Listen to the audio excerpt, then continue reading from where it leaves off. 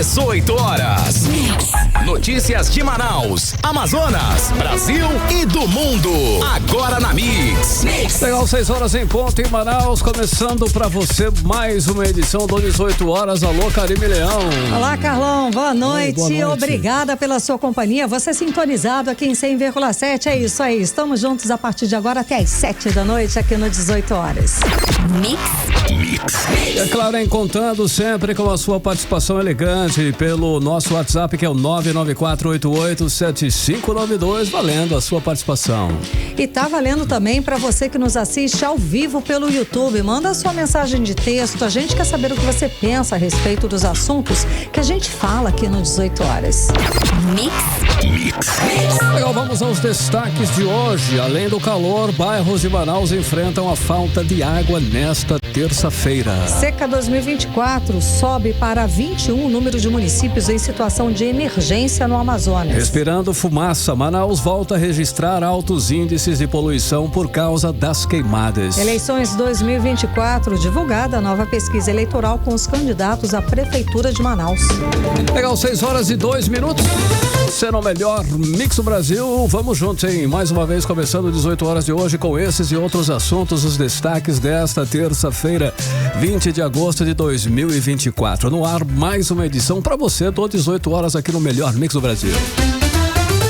18 horas. Olha, hoje nós começamos o programa com uma história, né, chocante, uma história triste que infelizmente reflete uma realidade difícil, uma realidade enfrentada por muitas famílias. Vamos falar sobre o caso de uma mãe que vendeu seu filho recém-nascido para o tráfico de drogas como forma de pagamento de dívida, Karine. Carlão, é estarrecedor esse caso, né? E faz a gente refletir sobre até onde uma pessoa que está numa situação de fragilidade envolvida com dependência química pode chegar.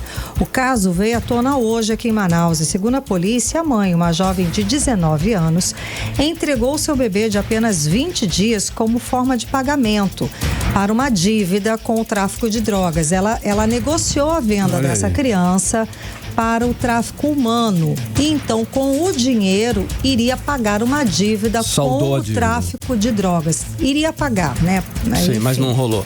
O bebê foi resgatado pela polícia, Karime e ouvintes. Durante a investigação, descobriram que a criança estava até mesmo com um falso atestado de óbito, o que torna essa história ainda mais perturbadora. Segundo as autoridades, essa prática é uma estratégia do tráfico para dificultar a busca e o resgate da criança. O bebê foi encontrado graças à insistência da avó materna, que desconfiou de toda a história. A polícia resgatou a bebê numa casa no bairro São José Operário. A mãe foi detida e a polícia segue as investigações que envolvem o tráfico de pessoas, falsificação de documento público e falsidade ideológica. Olha, esse caso é um reflexo de como o crime organizado pode explorar a vulnerabilidade das pessoas. A troca de crianças ou até mesmo pessoas por dívidas de droga é algo que vimos crescer nos últimos anos, principalmente em regiões onde a pobreza e a falta de acesso a serviços básicos são menos presentes. E hoje, Carlão, a polícia, claro, deu entrevista coletiva para dar detalhes sobre esse caso. O repórter André Meirelles está acompanhando o assunto, conversa ao vivo agora aqui com a gente. Boa noite, André. Então, a polícia prendeu mais alguém? Fala pra gente mais detalhes a respeito desse caso. Boa noite. Muito boa noite, Karime. Boa noite, Carlão. Boa noite a você que nos acompanha aqui na 100.7. Olha, o resgate foi parte, inclusive, da Operação Salvaguarda, né, que foi deflagrada pela Polícia Civil aqui do estado do Amazonas, aqui na capital amazonense. E aí, na ocasião, foram cumpridos 5 mandados, sendo 2 de prisão temporária e 3 de busca e apreensão, que resultaram nas prisões das irmãs Esther Naíssa Soares Tavares, de 24 anos, e a Vitória Laíssa Soares Tavares, de 22 anos.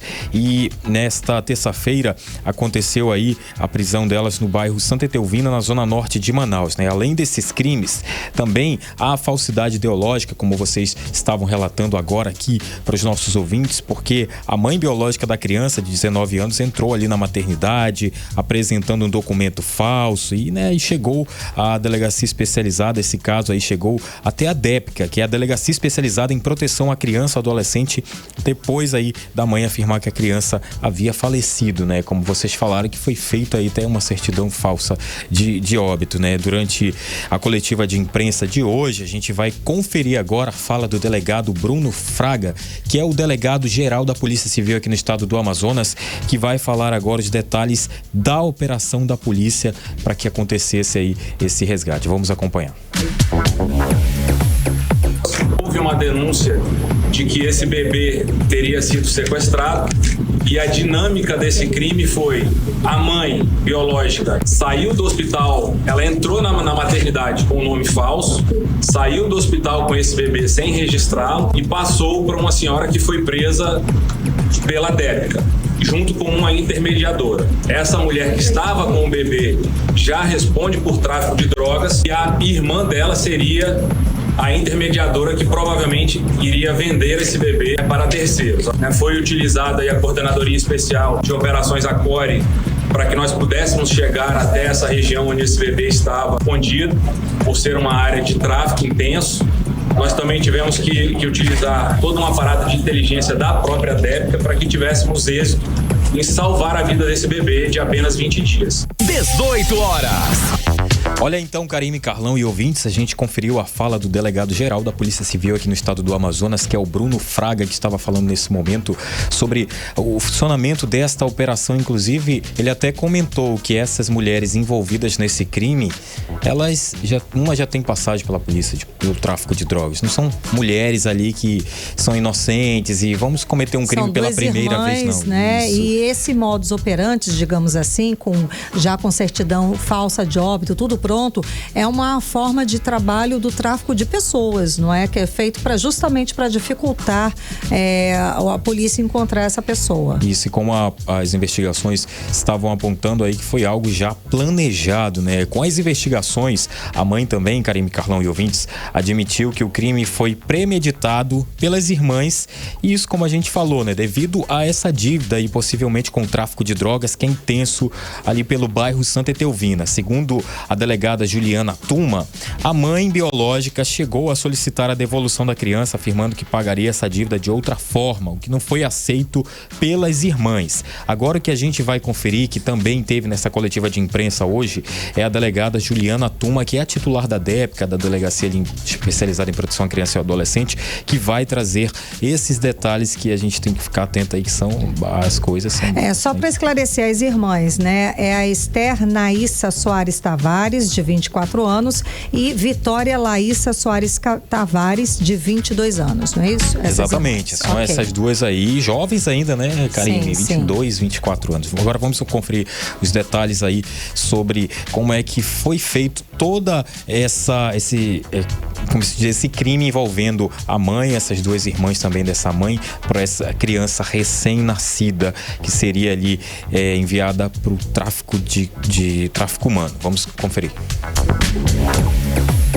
Porque a gente tem um atestado de óbito falso, confirmadamente falso. Nós fizemos toda uma perscrutação em relação aos cartórios, aos ofícios, e obtivemos a informação de que aquele documento é falso. Daí porque essa operação ela não só investiga o tráfico de pessoas, mas também a falsificação de documento público e a falsidade ideológica. Por que falsidade ideológica? Essa mãe entrou na maternidade dando nome falso. Quero destacar todo o apoio da maternidade da Zona Norte, que desde o início da investigação nos ajudou, nos forneceu todos os documentos, imagens, tudo que foi possível fazer. A gente teve o apoio da maternidade. Essa mãe biológica chegou com a informação na família de que esse bebê havia falecido, apresentando inclusive não só fisicamente, mas em formato digital, esse atestado de óbito falso. O maior também fato que nos chama a atenção e por que entendemos pelo tráfico de pessoas até o presente momento, essa criança até hoje não foi registrada e nem um cartório. Então, o que a DEPCA levantou? Poderíamos imaginar tráfico de órgãos, tráfico de pessoas.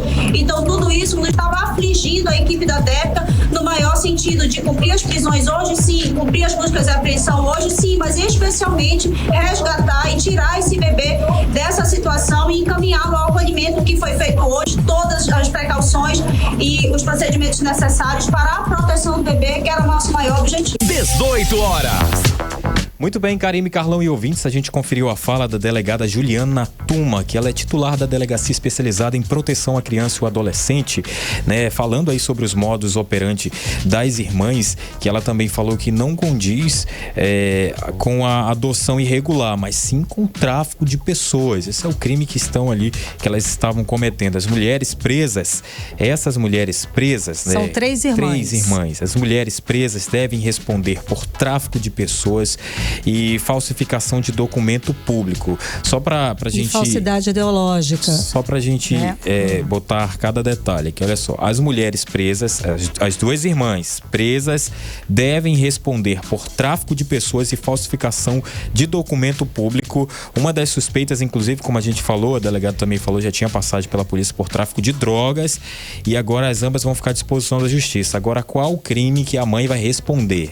A mãe da criança também vai ser responsabilizada pelos crimes de tráfico de drogas e falsidade ideológica, né? E a gente observa também tudo isso aqui, Karime, né? Se deu para ficar claro agora? Deu para ficar claro? Então, são 3 irmãs. É a mãe e a irmã dessas outras 2 pessoas também. 2 pessoas. E essas são 3 irmãs. Isso. Uma é a mãe e a outra, as 2 irmãs, né? Também que foi que ela estavam fazendo esse papel de pegar a criança para o tráfico de pessoas. Para o tráfico de pessoas, ou seja, para ajudar a mãe da criança. Agora, por que tráfico de drogas, André? Onde está o é para pagar uma dívida de drogas, sim, mas né? Esse dinheiro. Ela vai ser punida aí por ela vai responder por falsidade ideológica, porque ela apresentou na maternidade, porque ela estava com o falso documento de óbito, registro de atestado de óbito da filha. Aí é falsidade ideológica. Agora o tráfico de drogas entra onde? Aí ela é só... O tráfico de drogas é a dívida. A dívida com o tráfico de drogas. Ela não tinha dinheiro, o tráfico de drogas, como sempre, como todo mundo sabe, dá um prazo,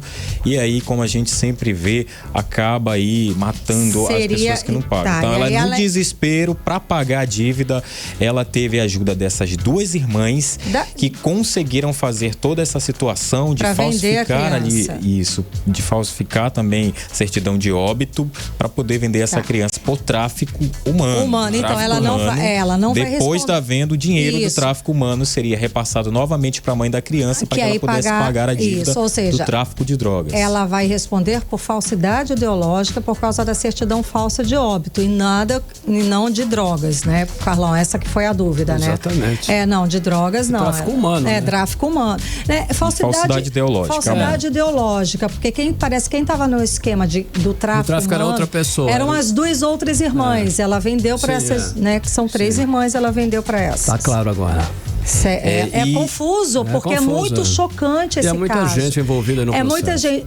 E só se descobriu porque a avó materna questionou e queria o corpo da criança, porque essa mãe foi ao hospital, voltou dizendo que a menina havia morrido, a bebê. Aí a avó materna, sim, então vamos fazer um enterro digno, coisas assim. Cadê o corpo? Não tem, ficou por lá mesmo, e começou a desconfiar da história, né, da filha.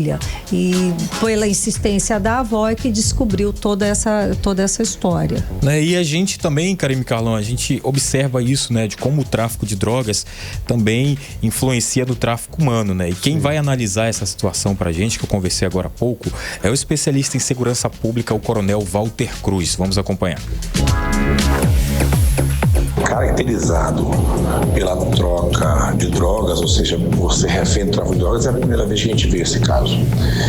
E o que a gente espera é que as autoridades elas possam ter condição de fazer uma análise através de investigação e fazer com que as pessoas, as mulheres, tenham uma maior atenção, principalmente essas que são líderes do tráfico, né?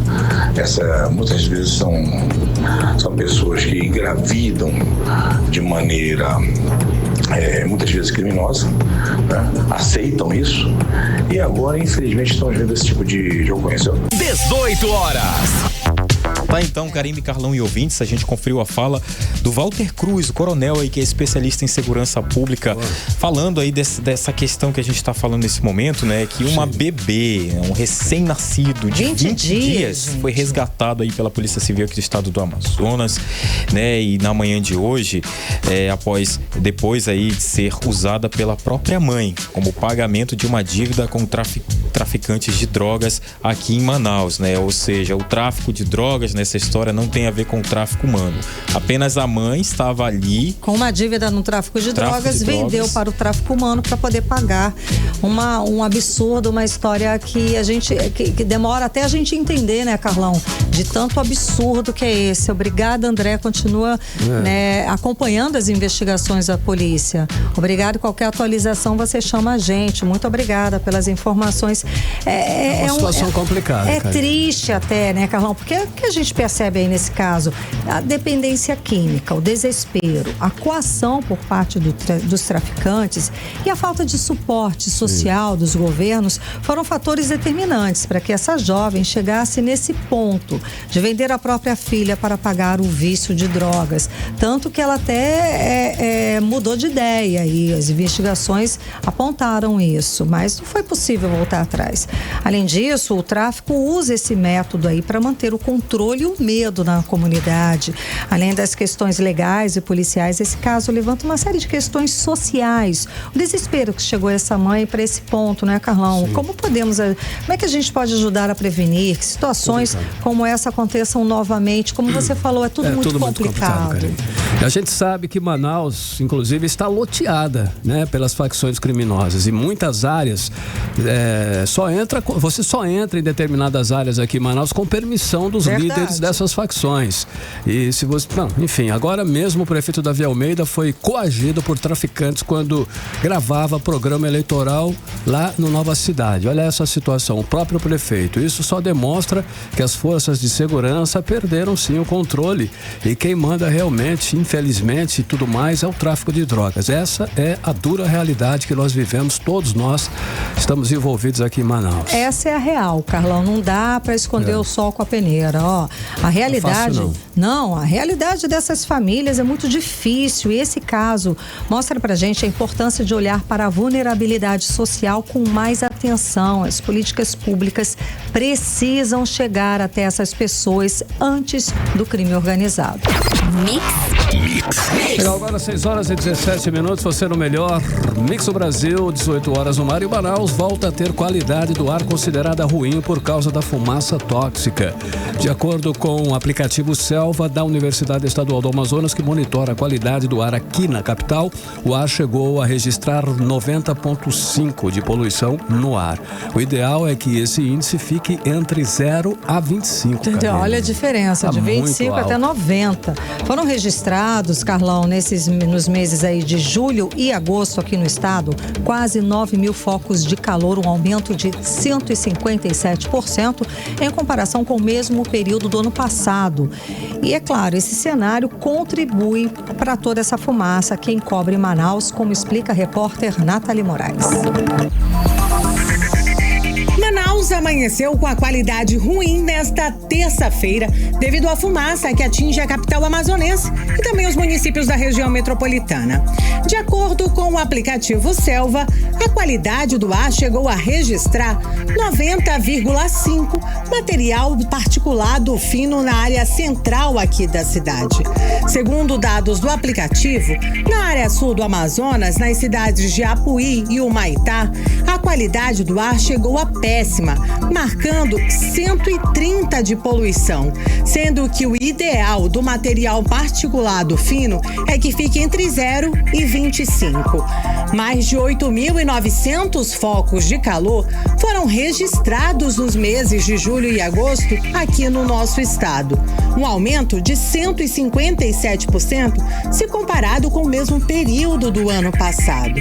De acordo com o comandante-geral do Corpo de Bombeiros, o coronel Alexandre de Freitas, as queimadas são ocasionadas por ações da própria população amazonense. A nossa tropa está em campo, atuando nos municípios do Arco do Fogo, e essas ocorrências elas estão acontecendo especificamente por ação humana. Nós pedimos à população que não use o fogo, existe uma proibição por decreto governamental e a gente pede o apoio da população no sentido de evitar com que esses incêndios se propaguem. Segundo dados da Sala de Situação do Corpo de Bombeiros, 197 focos de incêndios foram combatidos em Humaitá e 165 no município de Apuí.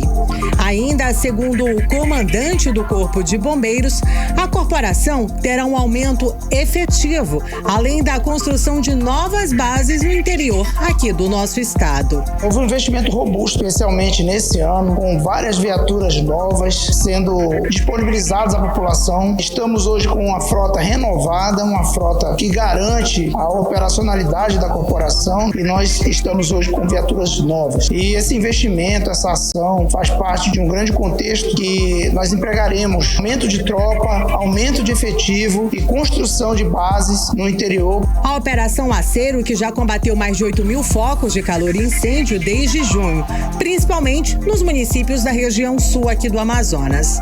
Nathalie Moraes para o 18 horas. Você está ouvindo 18 horas. Olha, essa situação da fumaça aqui em Manaus é tão séria, carinho ouvintes, que ela está sendo registrada também até por institutos internacionais. Exatamente, Carlão. Institutos europeus também registraram, inclusive, que a fumaça das queimadas aqui no Amazonas e no Pantanal está afetando a qualidade do ar em pelo menos 10 estados brasileiros, como explica a repórter Odiné Araújo. A qualidade ruim do ar em Manaus também foi comprovada pelo Serviço de Monitoramento Atmosférico da Europa, que mede em tempo real a poluição do ar para mais de 100 países do mundo. De acordo com o Serviço Europeu, a fumaça das queimadas na Amazônia tem se deslocado para outras áreas do país. Juntando a fumaça das queimadas na Amazônia e no Pantanal, ao menos 10 estados estão sendo afetados pela poluição no ar desde o sábado. Fora da região amazônica, as cidades mais afetadas ficam no Rio Grande do Sul e em Santa Catarina, mas a fumaça das queimadas no Amazonas também já chegou ao Rio de Janeiro e São Paulo no final de semana, segundo o Serviço de Monitoramento da Europa. De acordo com o monitoramento do ar feito pelos europeus, apesar do Pantanal também enfrentar queimadas, os maiores focos de incêndio estão na floresta amazônica, principalmente nas margens de rodovias entre os municípios do Amazonas, Pará e Rondônia. O deputado estadual da Câmara, que esteve visitando o interior nesse fim de semana, confirmou diversos focos de incêndio nos municípios de Envira, Pauini e Boca do Acre. O parlamentar também denunciou a falta de brigada de incêndios nesses municípios. Constato, que efetivamente os focos de incêndio aqui nesse município são bastante elevados e na contramão da incidência das queimadas, nós temos a ausência do grupamento do Corpo de Bombeiros, de um grupamento, de uma brigada do Corpo de Bombeiros, de um efetivo instalado definitivamente para poder contribuir com o município, para que o município possa fazer frente às demandas, não apenas naquilo que diz respeito à repressão, mas principalmente à educação. O cenário pode mudar a partir da próxima sexta-feira, quando uma nova frente fria vinda do sul chegará no sudeste e ajudará a dissipar a fumaça. O número de queimadas na Amazônia no mês de julho foi o maior registrado em 2 décadas. Foram 1.145 focos de queimadas, de acordo com o sistema DETER do Instituto Nacional de Pesquisas Espaciais, o INPE. As queimadas na Amazônia em julho se concentraram principalmente aqui no Amazonas. Odiné Araújo para o 18 horas. Você está ouvindo 18 horas. Agora em Manaus, 6 horas e 24 minutos. Vamos falar dos bastidores da política local, Carlão? Cíntia Blink na área. Já está aqui do meu lado. Cíntia, boa noite. Cíntia, então, temos nova pesquisa circulando por aí. Quais os números? Alguma novidade, alguma surpresa? Acho que não, né? Boa noite, Karine. Boa noite, Carlão. Boa. E para você que tá aqui com a gente na 100.7, você tá desesperançosa, assim, sobre novidades, Karine? Tô. Você tem toda a razão. Olha aí, aprendi com Na você. verdade... Tô aprendendo contigo. Nessa pontuação aí. As pessoas são as mesmas nas mesmas posições, mas os números mudam um pouquinho, sim.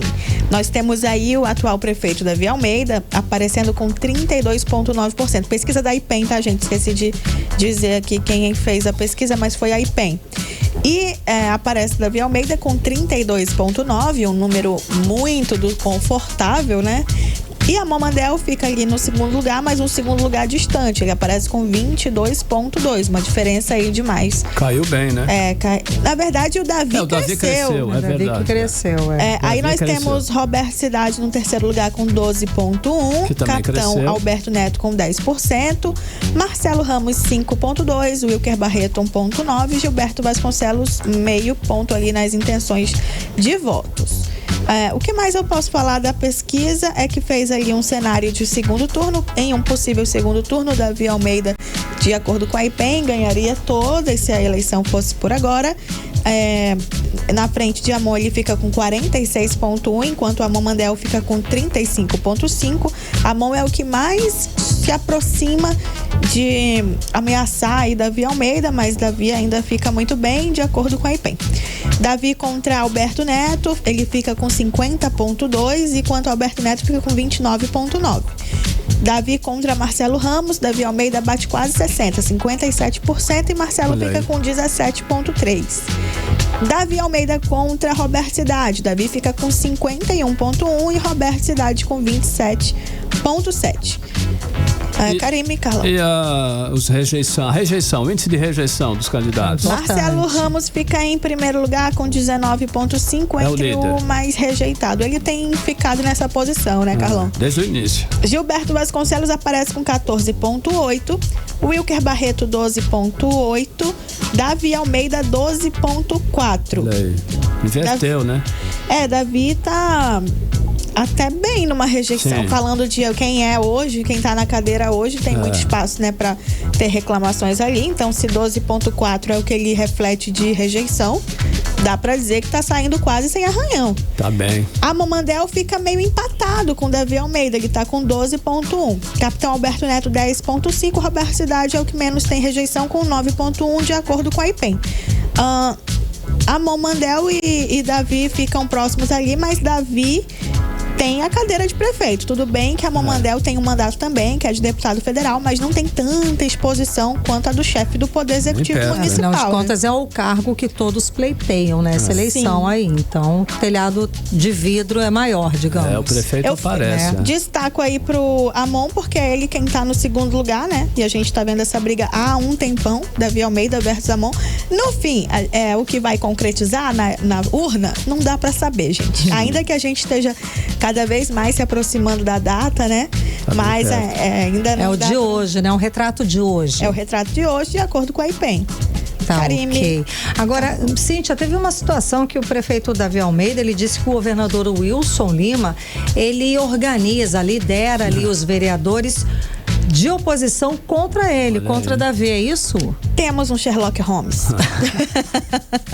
Seguinte, é claro que a gente vê na Câmara Municipal de Manaus, depois da era Davi Reis, digamos assim, né? Davi Reis foi presidente e até aí Davi Almeida estava como qualquer outro prefeito que a gente normalmente vê, tendo ali na Câmara Municipal aliados, quase uma extensão da prefeitura. Tudo que ia da prefeitura era aprovado, qualquer requerimento contrário, qualquer solicitação de uma autoridade, de um secretário, coisa assim, naturalmente seria rejeitado. Era feito quase por faz parte do trabalho, deixa eu fazer aqui, mas vai ser rejeitado e é sabido que vai. Depois, quando Davi Almeida tenta colocar Davi Reis novamente aí no cargo de presidente da Câmara, isso não é aceito pelos vereadores que estavam com ele. É nesse momento que chega Caio André como candidato de Wilson Lima. E aí, a gente chegou, quem acompanha a Mix, sabe, né, que houve ali uma divisão entre candidato da base do governo e candidato da oposição, digamos assim, que estão sim com o governador Wilson Lima. Entretanto, dizer que a Câmara atrapalhou tanto a vida de Davi Almeida, pode ser um exagero. Por quê? Nós vimos, no fim das contas, o tal do empréstimo ser aprovado. Bom, a primeira coisa que eu lembrei, que teve um perrepes, uma discussão, um atraso, mas foi aprovado. Foi aprovado. Nós vimos também, até hoje, requerimentos não serem aceitos. Chamada ali de autoridades para explicar coisas. Acho que a única que teve foi a do Israel Conte, que era o secretário de comunicação, até caiu depois de um escândalo ali, mas é tão raro que vá pessoas ali, e é uma oposição boa, sabe? É uma oposição que, se você tivesse oposição na sua vida, você queria essa. Você escolhia essa pra você. Porque é uma oposição que protege. Ela bate, mas é muito tranquila. Foi um amigo, quase. Totalmente. Mas, assim, de qualquer maneira, ele fala, né, que após a reeleição do governador Wilson Lima, que é aspa de Davi Almeida, ele se meteu pessoalmente, ele elegeu um aliado para dificultar a minha vida, porque, aspa de Davi Almeida, na Câmara Municipal, essa é a verdade. A oposição que eu tenho na Câmara é toda comandada por Wilson Lima, que tem como candidato Roberto Cidade. Eles tentaram dificultar totalmente a minha vida à frente da prefeitura para tentar inviabilizar a minha candidatura. Essa é a fala, é o entendimento do atual prefeito aí, Davi Almeida. Que o Wilson Lima tem um dedo, uma mão inteira na Câmara? Tem. Mas que isso tem muito a ver com a postura de Davi Almeida? Também tem. Sim. Entendi. Auto meia-culpa, como fala. Em 4 dias, o Tribunal Superior Eleitoral recebeu mais de 4.000 denúncias de propaganda irregular Brasil afora. E 43 foram aqui no Amazonas, é isso? 4.300 e tanto Brasil inteiro, aí no Amazonas 41. A cidade que mais teve denúncia, Manaus, claro, a capital aí com mais denúncia. O que significa? Quais tipos de denúncias que podem aparecer? Como é o assunto, né? Propaganda irregular. Então, pedir voto antes da hora, que até pouco tempo não podia, né? Até sexta-feira não podia. Esse tipo de coisa.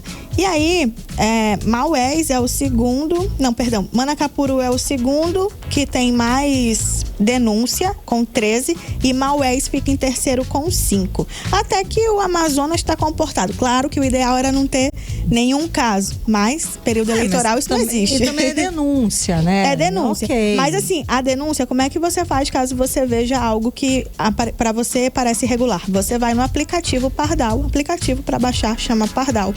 E aí você não pode só contar. Você pode fazer até de forma anônima, se preferir. Mas você tem que mostrar alguma prova. Uma foto, um áudio, um vídeo. O aplicativo, ele consegue carregar esse tipo de arquivo.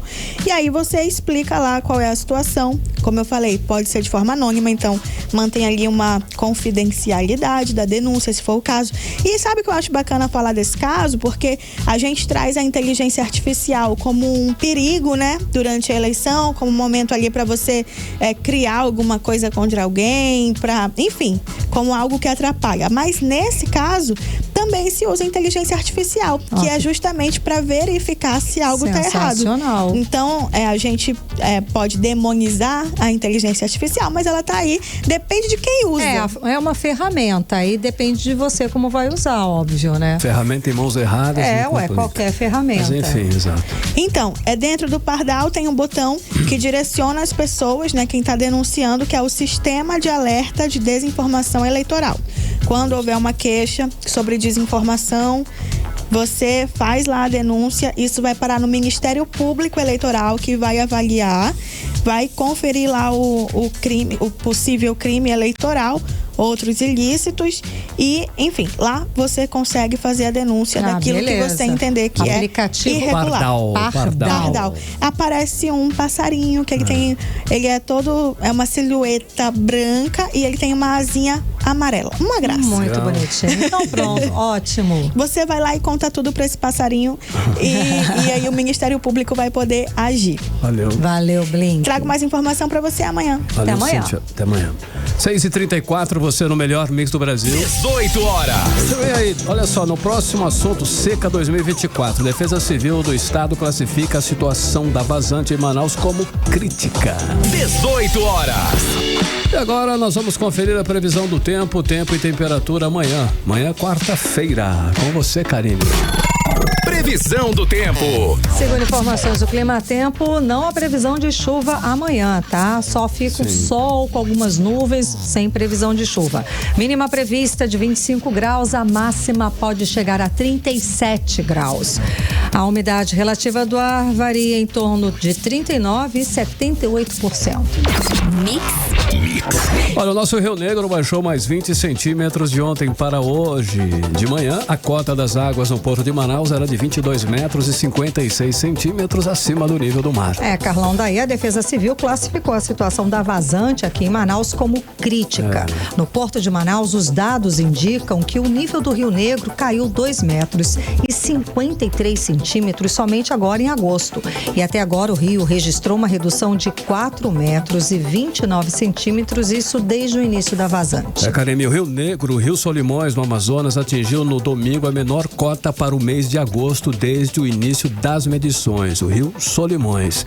Aqui no estado já são 21 cidades em situação de emergência, como explica aí em detalhes a repórter Nathalie Moraes. Subiu para 21 o número de municípios em situação de emergência por conta da estiagem aqui no Amazonas.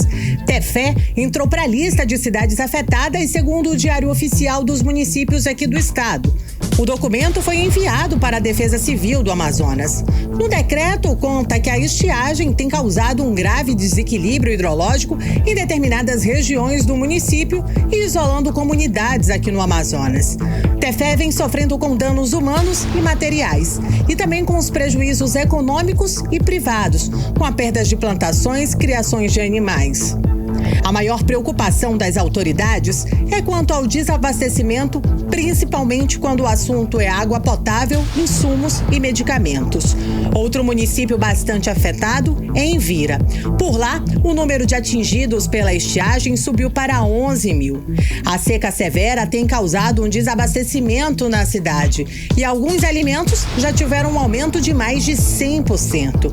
O secretário da Defesa Civil Municipal, Ismael Dutra, explica que as embarcações que fazem o abastecimento de alimentos no município de Envira têm enfrentado dificuldades para chegar até lá. 70% do comércio local aqui no município, ele é abastecido pelo município de Feijó. E justamente nesse rio, na nossa base, que fica na comunidade Foz do Jurupari, às margens do rio Envira, o rio está medindo hoje 82 centímetros. As embarcações que gastam um dia de viagem de Envira para Feijó ou de Feijó para Envira, trazendo produto para abastecer o comércio, o normal é que gaste um dia de viagem. Hoje está chegando a 13 dias para chegar no município de Envira. Aqui em Manaus, o Rio Negro está mais de 90 centímetros abaixo da faixa de normalidade. Nas últimas 24 horas, o Rio Negro baixou mais de 20 centímetros. Chegamos hoje à marca de 22,56 metros, segundo a medição do porto aqui da capital. Como explica o pesquisador em geociências André Martinelli, essa descida vem se intensificando nos últimos 2 meses. A gente observou que esse ano, em julho e agosto, houve realmente uma intensidade grande da descida dos rios. Então, isso acabou trazendo uma soma, né? A cota de partida foi baixa e os níveis observados em julho e agosto também foram intensos, né? Principalmente ali em Tabatinga.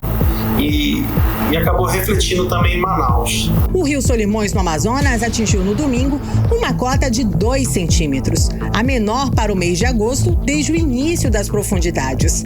Antes disso, o nível mais baixo já registrado foi no ano de 2005, quando o rio chegou a 8 centímetros. A média para o mês é de 4 metros e 45 centímetros, segundo o Sistema Integrado de Monitoramento Hidrológico. O pico da vazante era esperado esperado apenas para o mês de outubro, tanto nos rios Solimões como nos rios Negro e Amazonas. Mas o cenário vem se antecipando cada vez mais. Nathalie Moraes para o 18 horas. Você está ouvindo 18 horas. Legal, 6h39. Você no melhor Mix do Brasil. Olha, alguns bairros em Manaus amanheceu sem água hoje. Karine, na sua casa, você acha que já voltou a água lá? Você amanheceu? Não sei, amanheceu sem água. Eu tô perguntando aqui, olha, até o meio da tarde não tinha voltado ainda não. André Meirelles está com esse assunto e vai atualizar essas informações pra gente. Ele volta a conversar ao vivo aqui conosco. André, a água já voltou foram o quê? 39 bairros que ficaram sem água hoje, desde cedo. 39 bairros, Karine, Carlão, boa noite pra vocês, boa noite mais uma vez a você, ouvintes. Exatamente, não foi em toda a capital amazonense, mas a maioria da parte dela, que muitos amanheceram aí sem água aqui na capital amazonense. Então, logo pelo final da manhã já foi aí a própria Águas de Manaus, também já falou que o serviço de manutenção já havia terminado ali no local e que o reabastecimento iria ser em 24 horas. Então a gente entrou em contato aqui, Águas de Manaus informa que concluiu essa manutenção emergencial, que foi na Avenida Presidente Dutra, no bairro Santo Antônio, aqui na zona sul da capital amazonense. Com isso, o funcionamento da estação de tratamento da Água 1, que fica no complexo de produção da água da Ponta do Ismael, foi restabelecido. E o abastecimento está em recuperação nessas áreas que foram impactadas, ou seja, aí onde você não chegou água, a concessionária está informando que a previsão é que o serviço de água esteja completamente normalizado em toda a região abrangida em até 24 horas, Karine, Carlão. Tá bom, qualquer dúvida liga lá pro 0800 e perturba a concessionária. Não dá não, com esse calor ficar sem água, né, Carlão? Tem condição. Obrigado, André, pelas informações. Valeu, André Meirelles. Agora 6h40. 18 horas. Entrevista do dia. Olha, hoje a nossa entrevistada é a assistente social e empresária Mônica Mendes, candidata a vereadora. E sim, se você está perguntando, o sobrenome é do Negão. Mônica Mendes é sobrinha do governador Amazonino Mendes. Exato, Carlão. Mônica Mendes também foi secretária de Ação Social do Estado do Amazonas. Muito boa noite, seja bem-vinda ao 18 horas, tudo bem? Boa noite, Karine, boa noite, Carlão. Boa. Boa noite, ouvintes da Rádio Mix, que sempre me remete àquela musiquinha da mascote, né? Uau, uau, uau. Muito maravilhosa, tá sempre na programação. Muito é bom, isso, um prazer, viu? Tá aqui com vocês. A gente é que agradece a sua presença. Então, você tem vasta experiência no serviço público e o que te inspirou a concorrer na eleição desse ano? Então, ao longo do meu mais de 30 anos como servidora pública, como assistente social, e também, né, acompanhando o governador Amazonino Mendes todos esses anos. Então a gente não podia, chega um momento que a gente reflete e a gente se pergunta: o que eu posso fazer mais?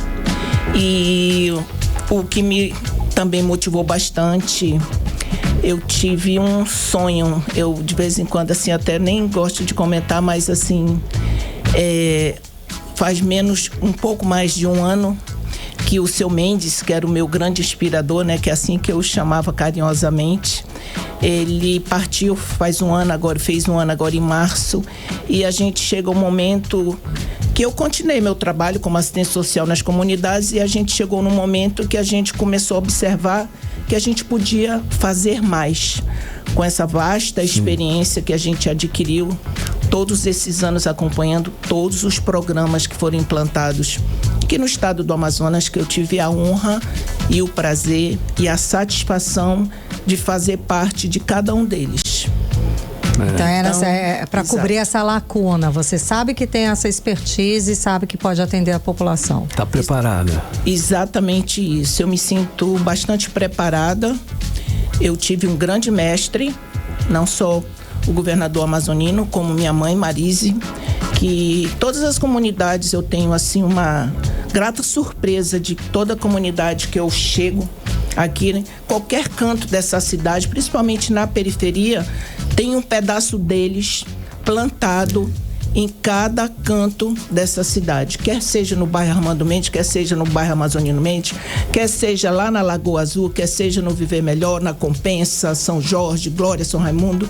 Em cada canto dessa cidade tem uma história e, como eu disse anteriormente, cada canto eu tive a grata satisfação de fazer parte desses programas que foram implantados e que ajudaram a transformar vidas. Ou seja, você teve uma jornada, né, interessante, que lhe deu bastante experiência, né?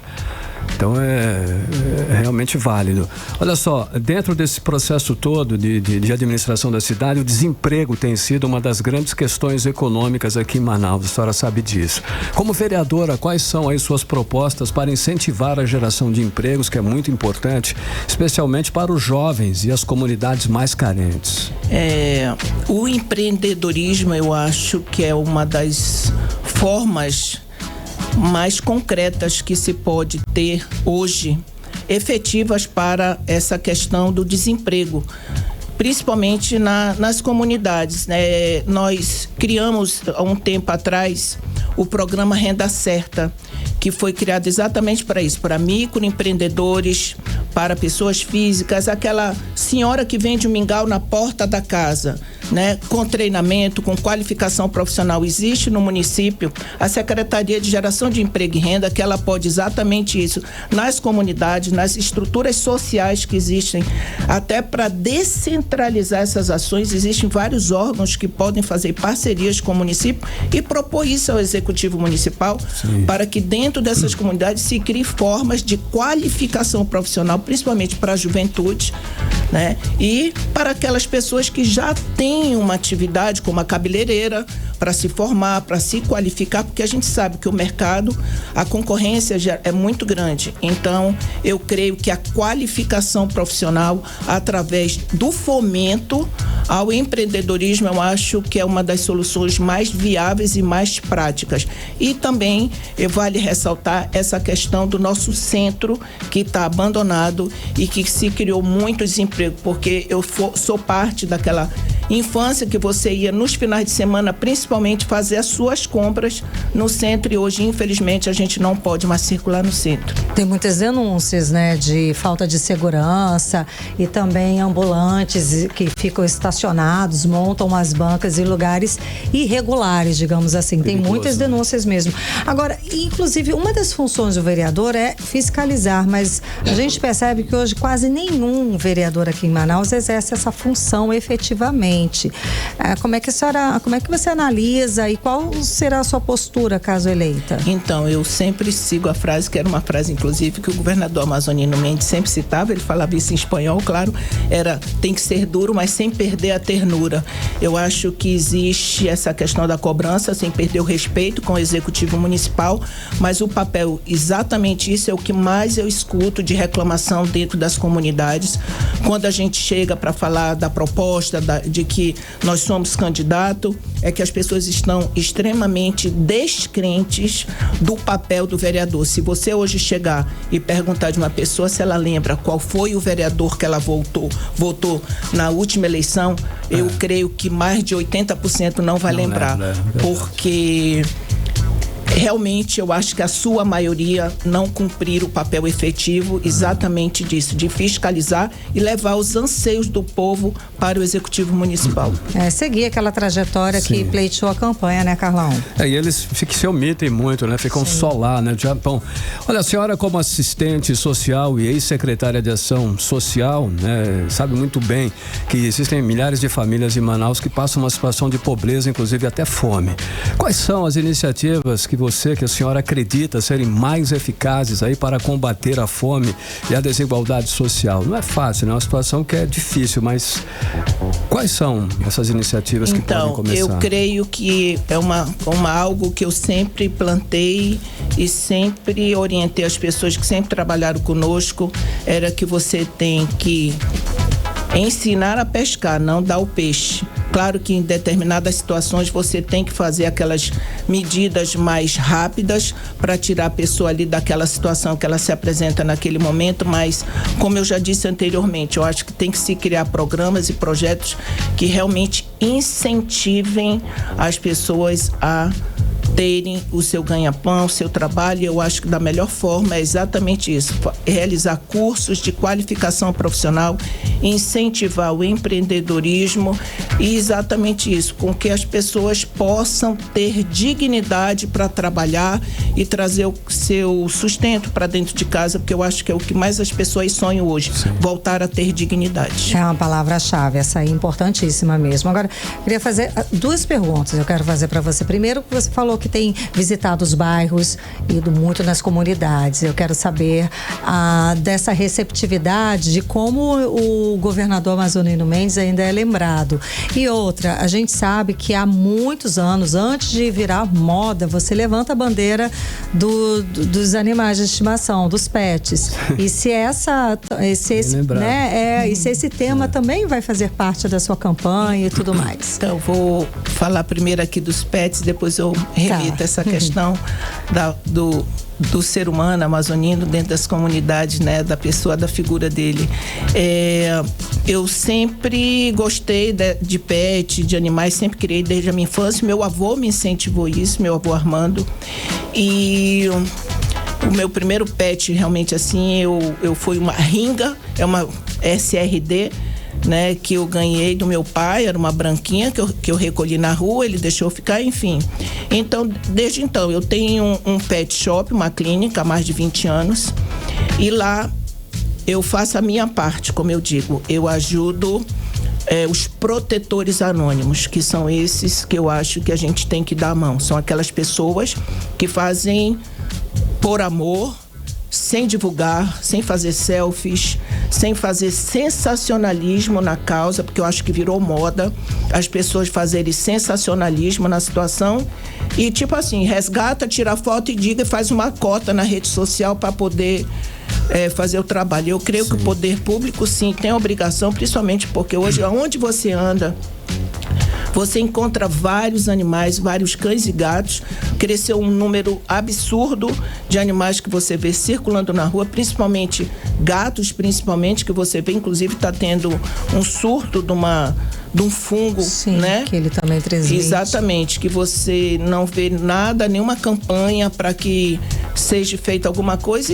Existe o centro de zoonose, que eu acho que antes de ser efetivado realmente o hospital veterinário público, né, que está sendo construído pelo governo do estado, né, que a gente sabe que o processo é um pouco demorado, porque envolve profissionais, enfim, não só a questão da estrutura física, mas eu creio que existe o centro de zoonose no município que pode ser sim reestruturado, aumentado o número de profissionais para que atenda essa demanda reprimida.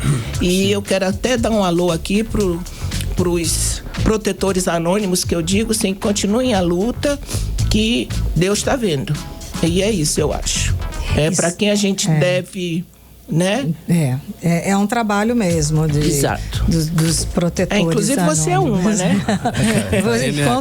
E conto muito com a sua ajuda também. E a gente vai se ajudando. É isso, então. E agora, com relação ao governador amazonino, bairros, quando eu vou nos bairros, é sempre muito gratificante, porque a gente sabe que o homem público que foi eleito pelo povo por várias vezes, governador, foi senador, foi prefeito, é muito difícil chegar num tempo desse, claro, né, ser amado por todos, mas o que eu acho é o seguinte, o amazonino hoje é uma pessoa extremamente respeitada e eu fico muito grata por todas as histórias que as pessoas relatam nas comunidades. Eu fico muito contente e emocionada. Imagino. É um legado, né, todo. Certo, Carlão? Para encerrarmos a nossa entrevista, o que o eleitor pode esperar da candidata Mônica Mendes na Câmara Municipal de Manaus? Pode esperar por uma mulher combativa, e eu quero dar um recado aqui, principalmente para as mulheres. Manaus hoje tem 41 vereadores, somente 4 são mulheres. Então eu acho que está na hora da população refletir e apostar numa mulher que tem experiência, tem uma longa caminhada aí, né, de profissão como assistente social, tem uma história e estou preparada. Isso eu posso afirmar, tive um excelente mestre, como eu já disse, e tenho certeza que eu posso ainda fazer muito pela minha cidade. Maravilha, muitíssimo obrigada pela sua presença conversando com a gente aqui no 18 horas. Muito obrigado. Obrigada, gente. Boa noite. Boa noite. Conversamos com a candidata a vereadora, empresária e assistente social, Mônica Mendes. Agora 6h53. 18 horas. Bora para Brasília, Karine? Bora, Carlão, bora para Brasília. Vamos conversar com o nosso correspondente, Cadu. Que tá na área. Cadu, bora lá, bom te ver, querido. Então, segue o debate sobre as tais emendas impositivas que a gente sempre fala aqui. Você explicou pra gente que é uma verba destinada a senadores e deputados para serem investidas nos seus estados e tal. E a discussão é justamente sobre a transparência desse dinheiro, né? O percurso aí desse dinheiro. Hoje os ministros do Supremo Tribunal Federal, presidente da Câmara, presidente do Senado, enfim, teve uma grande reunião para debater esse assunto. E a gente sabe o resultado dessa reunião, Cadu? Conta pra gente. Parece que houve acordo, viu, Karime? Boa noite para você, minha querida. Carlão, boa noite, ouvintes.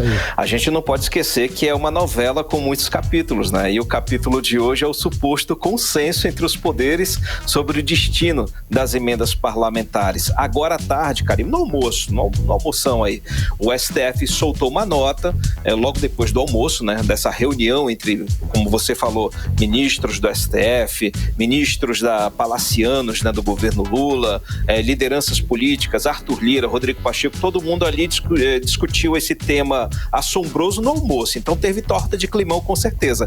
À tarde, o STF soltou uma nota pontuando os impasses que foram supostamente resolvidos em comum acordo. Então, vamos lá, ponto a ponto. Sobre as emendas individuais impositivas e também sobre as emendas PIX. O governo federal continua com a obrigação de pagá-las, de transferi-las, mas os parlamentares vão ter que identificar quem está enviando o recurso, quem está recebendo o dinheiro, como é que o dinheiro está sendo gasto, como é que ele vai ser gasto. E tudo isso vai ter o controle do TCU, o Tribunal de Contas da União, que vai cuidar do rastreio desse dinheiro. Nada mais justo, né, Karime? As emendas, elas só vão ser consideradas, as emendas PIX, no caso, teve uma mudança aí, teve um aperto nessa questão. Elas só vão ser consideradas prioridade se forem transferidas para retomar obras inacabadas. Ou seja, estão dando um destino público para as emendas PIX, um interesse público, na verdade.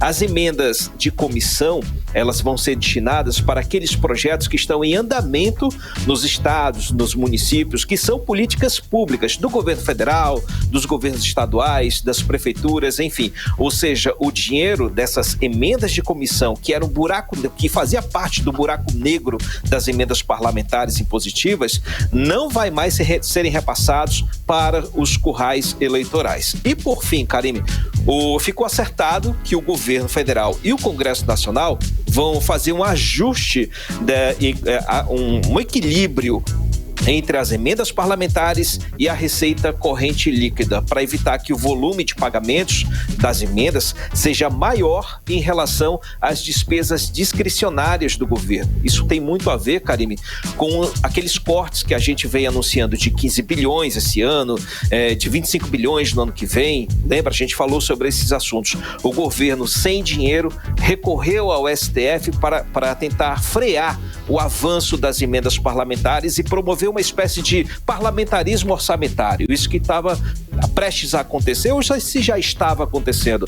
Tecnicamente, o governo agiu corretamente, mas politicamente houve um desgaste político, né? Não agradou o Congresso Nacional. As lideranças do Congresso dizem que não houve um diálogo, mas houve sim. Até o Flávio Dino chamou as lideranças políticas, representantes dos partidos, para conversar sobre emendas, sobre a destinação correta, sobre a rastreabilidade, e não houve acordo nenhum. Por isso que ele avançou nesse sentido, tomou a decisão de suspender os pagamentos. E estão suspensos até agora, viu, Karime? Importante a gente frisar. Houve acordo, mas as emendas não vão ser pagas agora.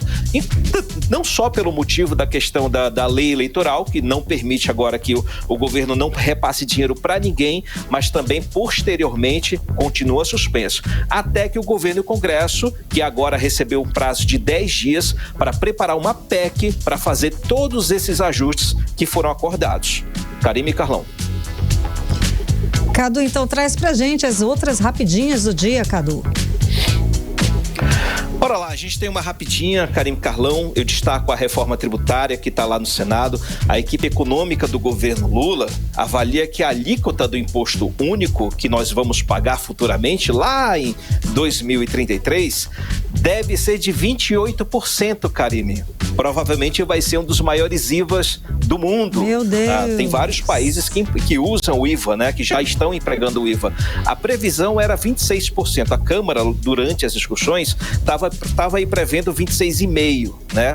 E já estava entre os maiores IVAs do mundo, mas aí vai subir para 28%, porque entrou a carne na cesta básica, né? A desoneração da carne na cesta básica, o imposto zero para os medicamentos. Então, a alíquota deu uma boa aumentada, e esse assunto está nas mãos do senador Eduardo Braga, com essa missão aí de tentar reduzir ou não. E Zona Franca entra no meio dessa história, viu? Porque a imprensa diz que a Zona Franca é um peso para o IVA. Esse é o debate. E agora é o desafio que está sendo enfrentado.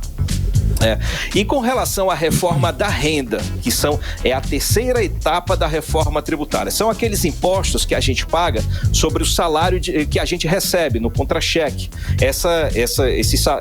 Vai haver uma reforma sobre a renda, e o governo está finalizando as discussões e deve apresentar o texto, a proposta de mudança essa reforma ao Congresso Nacional nos próximos dias, assim que for aprovada a reforma tributária, a regulamentação lá no Senado. Beleza. Então a reforma continua, só que agora para discutir imposto de renda, entre outros impostos aí.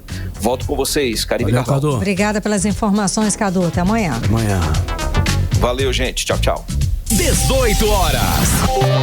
7 em ponto. Seguimos direto para o editorial 18 horas. Editorial 18 horas. As lideranças políticas e empresariais do Amazonas estão acompanhando com preocupação as mudanças da reforma tributária analisadas no Senado Federal. Estão reivindicando mudanças no primeiro projeto de lei da reforma tributária, que será analisado no Senado. A avaliação é que pelo menos 4 grandes setores não foram totalmente atendidos: 2 rodas, ar-condicionado, confecções e plástico. É preciso que as propostas em relação aos subsídios dados às empresas locais sejam garantidos. E além disso, é preciso garantir investimento em infraestrutura e logística no Amazonas, por exemplo, no turismo e bioeconomia. E isso inclui hidrovias e estradas, como a BR-319, em boas condições para que possam ser utilizadas ao longo de todo o ano. E os recursos podem vir do Fundo de Sustentabilidade e Diversificação Econômica do Estado do Amazonas, previsto na reforma tributária. Por isso, a preocupação com os incentivos fiscais da Zona Franca de Manaus, e sem eles, a atividade econômica na região, onde é fabricada a maior parte dos produtos de informática, celulares e motos do país, ficaria inviabilizada. 18 horas. 7-1, Karime, boa noite, até amanhã. Um beijo, gente, até amanhã. Você ouviu 18 horas. As notícias do Brasil e do mundo. De volta amanhã.